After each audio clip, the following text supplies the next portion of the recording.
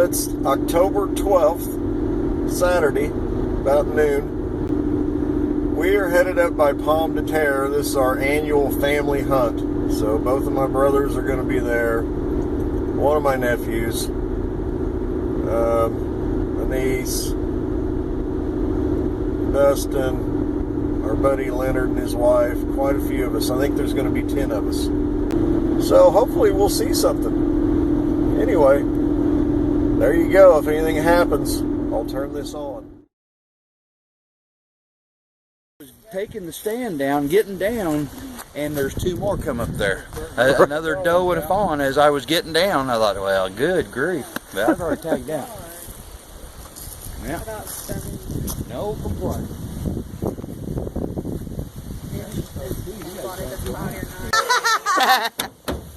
Well, I see you got one too, buddy. Good job. Thank you. So these two are yours. Yeah. And that one's Dustin. Yep. Cool. She's right underneath me too. Yeah. Well, looks like you hit her good too. Yeah. It came out perfect. I mean, it Oh, yeah. came out right underneath this arm over here. There's that rage hole. Yep. Yep, she's good size. Well, I'm glad somebody brought a pickup truck. Yeah, that's the truth.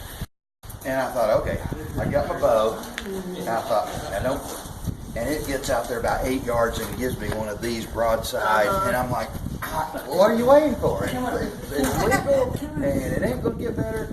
And I draw back and I said, don't touch that trigger unless you're absolutely sure.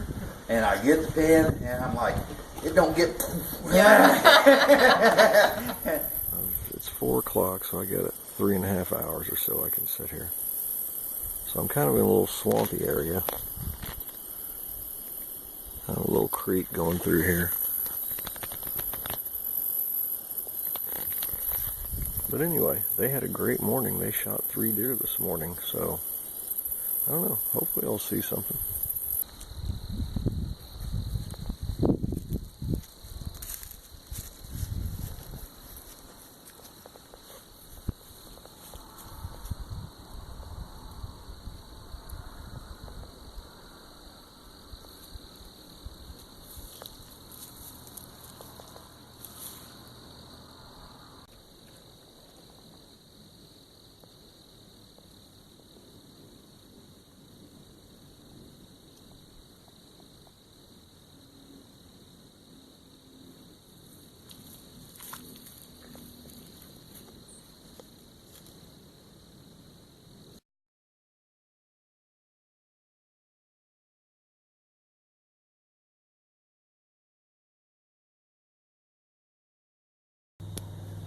Oh, okay.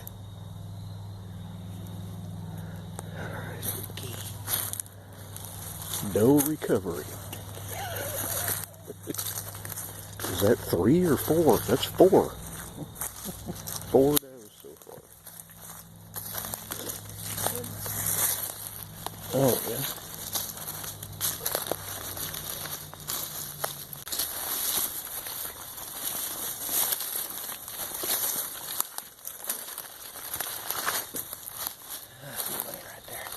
Oh, yeah.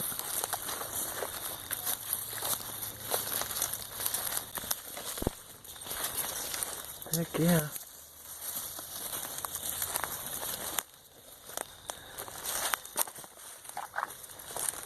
Good job, man. That's a big doe. Good job. Yeah, it is. That's where it came out. He hit her. I believe it hit her right there on the other side. Right. Good job. Good job. What is that about? Probably 200 deer you've shot with a bow?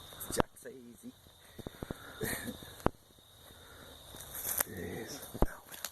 It's getting to be the really good time. Jason saw a big one.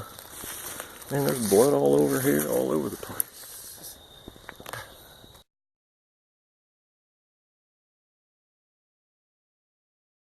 Go till I'm hurting.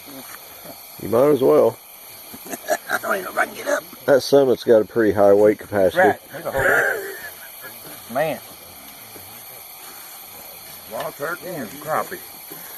Yeah, David set us up good.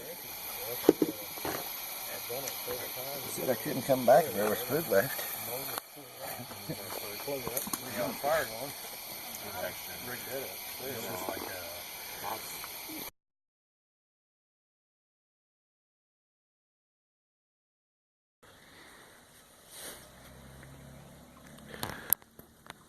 Mark put me in a stand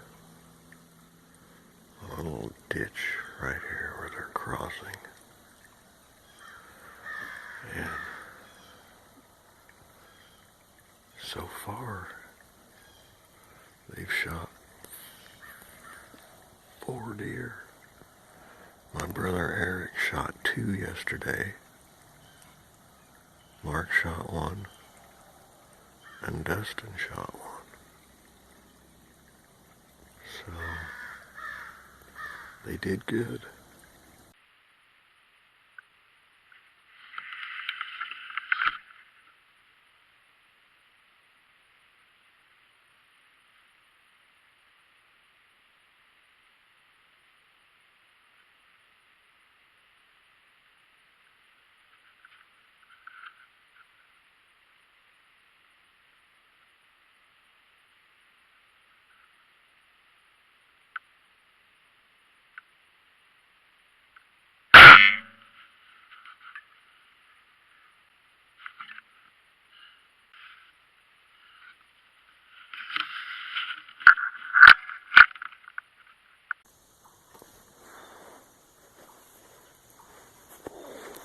Alright, well, I just shot a doe. About 8 yards.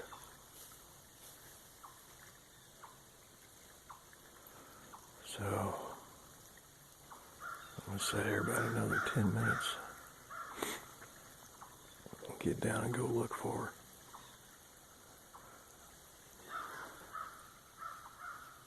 It's about 9:30, October 13th. I guess the 13th was an unlucky day for her. But anyway, a big doe, looked like a really big doe, so that'll be good. Get some food, get some meat in the freezer before the rut even starts. Now, I probably won't shoot anything unless it's got nice horns. Let's follow this blood and see where it goes. I don't think she went very far. I think she's right up there by that tree. She just barely got off that little lane she was on. Big, pretty doe. She went maybe 70 yards. That slick trick almost went all the way through her.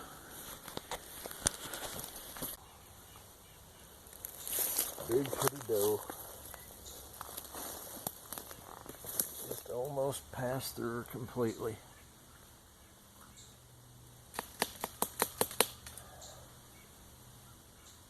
Broke my knock, little fart head.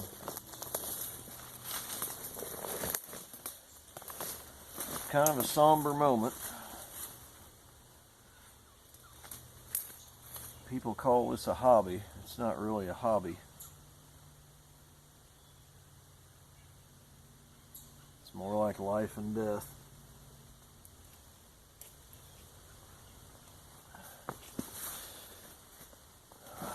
You can't really call it a hobby. It's very much life and death. But here she is.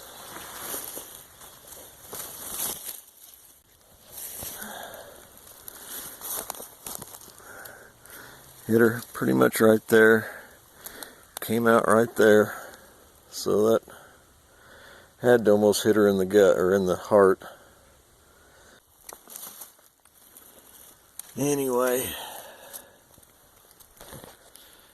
Oh, I love bow hunting and I love shooting deer. But it always kind of makes you pause for a moment because you are killing one of God's creatures. Just a beautiful, beautiful animal. Really is. I love deer. I love watching deer.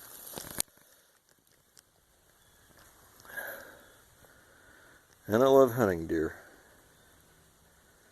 It's always a little sad killing them. Taking their life from them. But man, they are really good to eat. And they kill a lot of people in car wrecks. And do a lot of damage in car wrecks. So it's just the circle of life, I guess. But man, what a pretty doe. I tell you what, she saved her kid's life because I was getting ready to shoot one of the yearlings. She had 2 yearlings with her. And for whatever reason, she ended up in front of them and started walking right toward me, and they were behind her. So she sort of unknowingly saved her kid's life. But anyway. So finally broke the virginity on the Destroyer 350 there. I've had that bow 3 years. Mostly shot 3D with it. Haven't ever shot an animal with it. But we got her. So everybody's got to go back to work tomorrow. We shot 5 deer in 2 mornings and 1 evening. So I would say that's pretty good with archery gear. No baiting, no corn. You can't bait in Missouri, which we wouldn't bait anyway, even if we wanted to probably. But of course we got giant cornfield. That's kind of like baiting, I guess. But anyway, but yeah, 5 deer in 2 morning sets and 1 evening set. So that's pretty good. So anyway, I'm glad to shoot something with the Destroyer finally. That's a really fast bow. I love that bow. It only peaks out at about 58, 59 pounds. And it almost shot that slick trick all the way through that mature doe. Lengthwise. So that's pretty good. So anyway,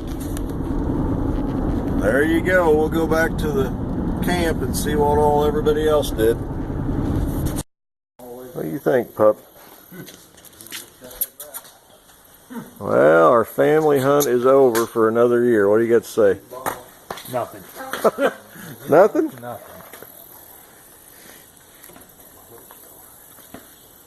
You still got on your Nebraska camo. Yep. Figured it didn't work there. It might not work here either. It worked. Oh yeah, man. The squirrels didn't see me. Yeah, those pictures that on the trail cam in that little by the lake. Oh. You know where you sit by the lake? Yeah. Those pictures on the trail cam, you and Mark was over there, that worked really good. Jess, what do you got to say? Really? It did. I don't know. The one. Wasn't my weekend. Right.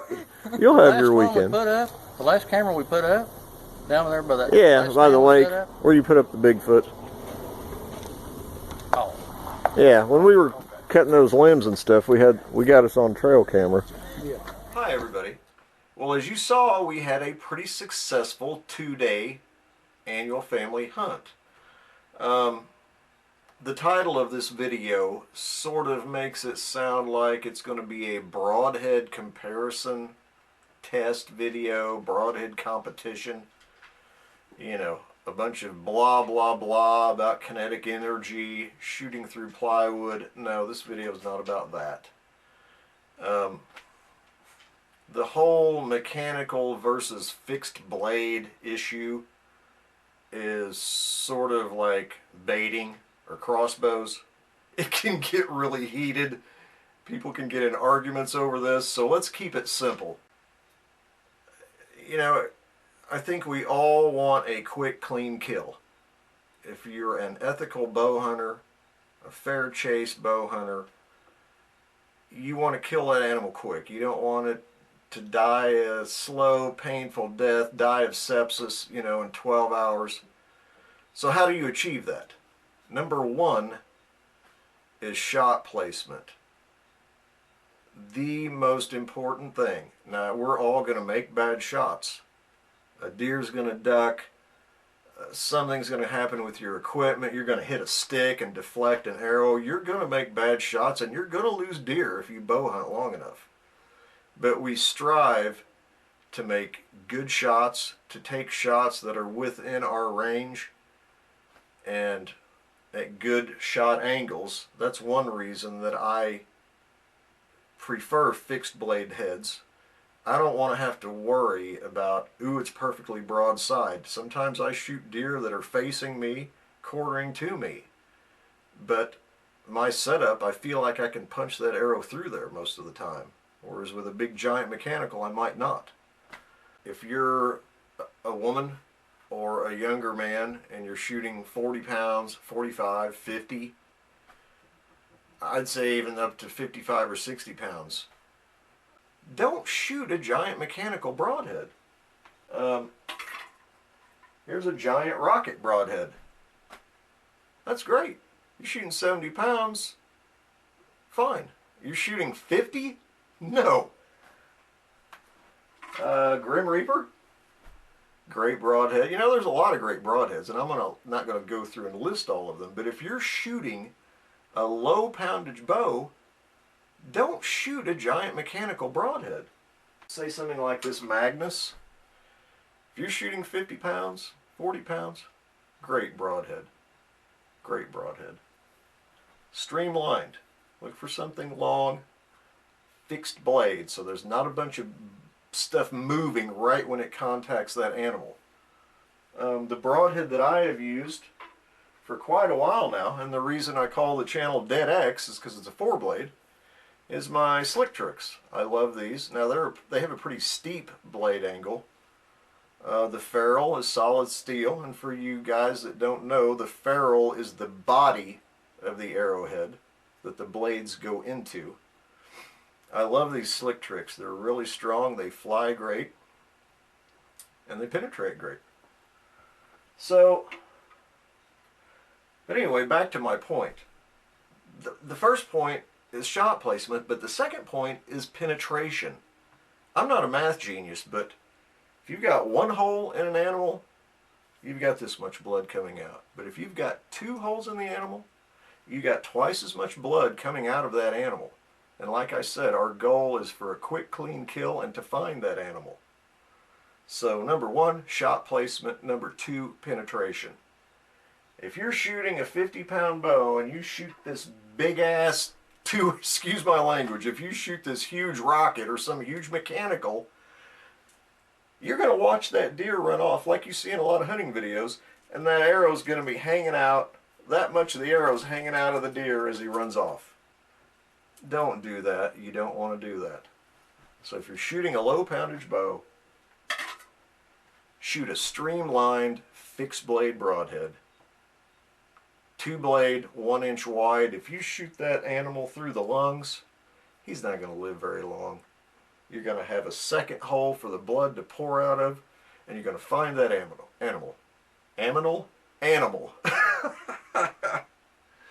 So hey, shoot straight and keep on aiming, and we'll see you on the next video.